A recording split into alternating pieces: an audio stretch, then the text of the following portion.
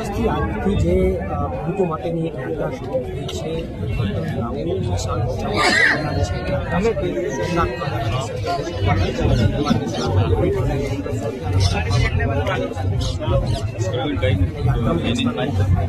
પણ મહત્વની વાત એ છે કે ભગવાન ચંદ્રએ એમને જે શ્રાપમાંથી મુક્તિ મેળવવા માટે અહીંયા આવ્યું ત્યારે અમે પણ અહીંયા સોમનાથ દાદાના દર્શન કરીને ખેડૂતોને જે પીડા થઈ રહી છે એ પીડામાંથી એને મુક્ત કરાવવા માટે તપ કરવા જોઈએ.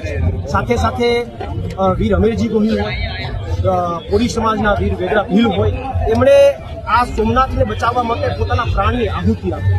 આખો ઇતિહાસ છે.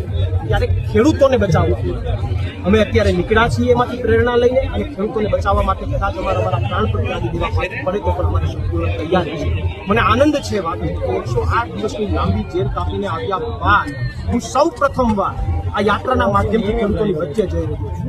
હું લાંબી જેલ તો ઠીક છે પણ મારા જિલ્લાની અંદર એને પણ સોમનાથ દાદાના દર્શન કરી અહીંયાથી યાત્રાનું પ્રસ્થાન કરીને ખેડૂતોની વચ્ચે જઈ રહ્યો છું. એનો મને ખૂબ આનંદ છે, ઉત્સાહ છે. ગુજરાતના ખેડૂતોની વચ્ચે હું માનનીય ઈશાનભાઈ, માનનીય વિનોદભાઈ, અન્ય અમારા તમામ નેતાઓ તો ઉપસ્થિત રહેશે.